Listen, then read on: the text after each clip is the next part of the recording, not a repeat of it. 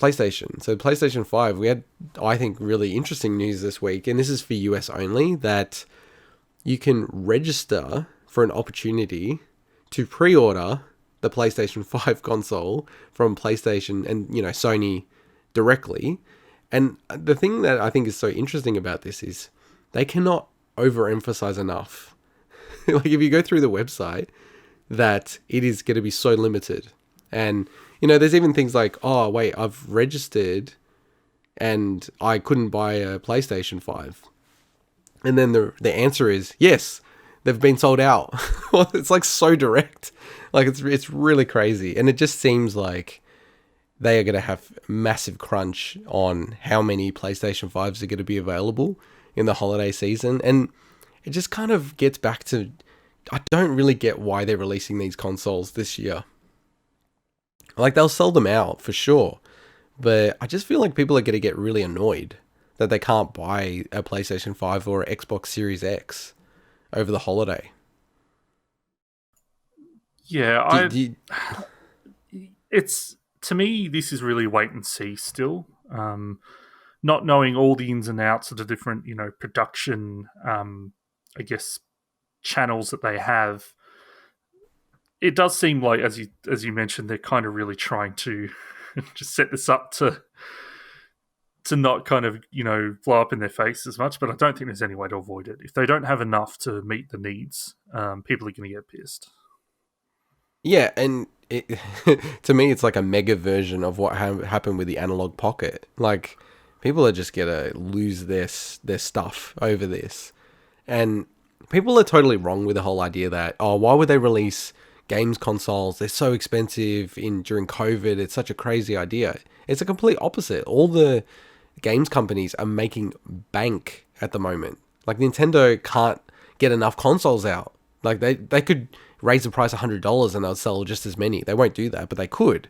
So I get it from getting it out there, but at the same time, you can make it so limited that people will really get so frustrated. Similar, you know what it is? Similar to me to when the, NES Classic came out, and it was like you couldn't get it anywhere. And people were almost getting more annoyed about it than, actually wanting it. And no one ever plays those things anymore. But it was, that FOMO kind of thing. But yeah, it's interesting. And I've even seen that people still haven't, even though they've tried to register through their PSN ID, they haven't actually been able to receive the invite yet. So the invite itself is limited. And then when you get it open, you have to, go on, and it's a first come, first serve whenever they open it up. See, I take a very elitist and arrogant standpoint towards this. If I have to go through this many hoops to buy their console, then they're not going to get my money until it's as simple as me clicking a button online to send it to my house, or hopefully walking to a shop and purchasing it. I get for some people it's the biggest thing they're waiting for, but I'm not going to, even if it's something I was super looking forward to, let's say a Game Boy Classic or something, I'm not going to sit there and do this. I to me, it needs to, if I'm going to purchase something, the process needs to be super simple as possible. Yeah.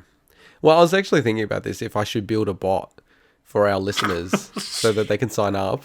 And it's like, as soon as the pre-orders become available in Australia, like on JB or eBay Games or whatever, then bang, an email goes out to everyone saying, go, get on it quick. You've got like a minute. Because I really do think that this year, especially the PS5, I'm not so sure about the Xbox Series X, but definitely the PS5 will sell out within like 20 minutes in Australia from a pre-orders point of view for our holidays, our Christmas. So there's going to be a lot of grumpy people this year, I reckon. I get it. I completely understand if people, let's say if you've got a family and you really want to like get it, as a gift for your kids and things like that. But otherwise, there's just so many games. And all these games are generally, well, maybe not PS5 games, but, especially on the Xbox side, if you really want to play new Halo, well, Halo's delayed, so forget about that. But if you really want to play a version of a game, it's probably going to be available on current gen anyway. Sure, it's not going to be as good. In that case, if you've got the PC to play it there. But there's still so many games that, surely...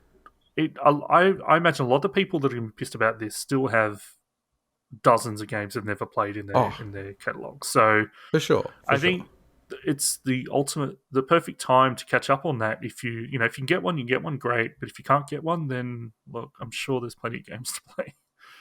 Yeah, and look, I probably it's funny because we have a game podcast, but I think we're probably fairly atypical of most people.